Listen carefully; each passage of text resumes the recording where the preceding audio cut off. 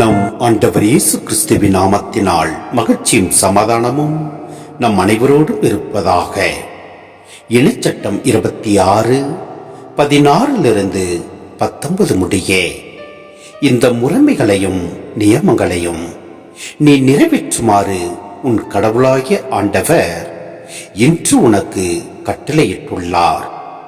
உன் முழு இதயத்தோடும் முழு உள்ளத்தோடும் அவற்றை நிறைவேற்றுவதில் கருத்தாயிரு.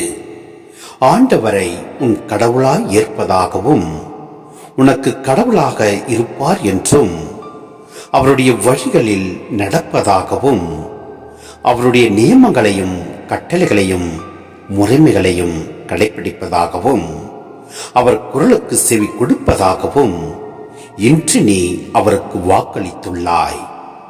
நீ அவருடைய கட்டளைகளை கடைபிடிப்பதில் கருத்தாயிருந்தால் அவர் கூறியபடியே நீ அவருக்கு சொந்தமான மக்களினமாய் இருப்பாய் என்றும் அவர் உருவாக்கிய எல்லா மக்களினங்களிலும் புகழிலும் பெயரிலும் மாட்சியிலும் உன்னையே உயர்த்துவார் என்றும் அதனால் உன் கடவுளாகிய ஆண்டவரின் தூய மக்களினமாய் நீ இருப்பாய் என்றும் ஆண்டவர் இன்று உனக்கு வாக்களித்துள்ளார். சிந்தனை: நாம் தாயின் கருவறையில் உருவாகும் முன்பே நம்மை நம் ஆண்டவர் தேர்ந்தெடுத்துள்ளார். எனவே அவரது குரலுக்கு நாம் செவி கொடுத்து அவர் வழியில் நாம் நடக்கின்ற போது நம்மை புகழிலும் பெயரிலும் மாட்சியிலும் உயர்த்துவார் என்பது உறுதி.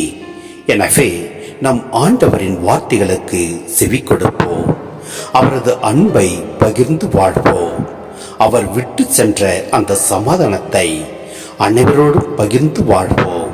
அப்பொழுது எல்லாம் வல்ல இறைவன் உங்களையும் என்னையும் நிறைவாய் ஆசீர்வதிப்பார். ஆமேன்.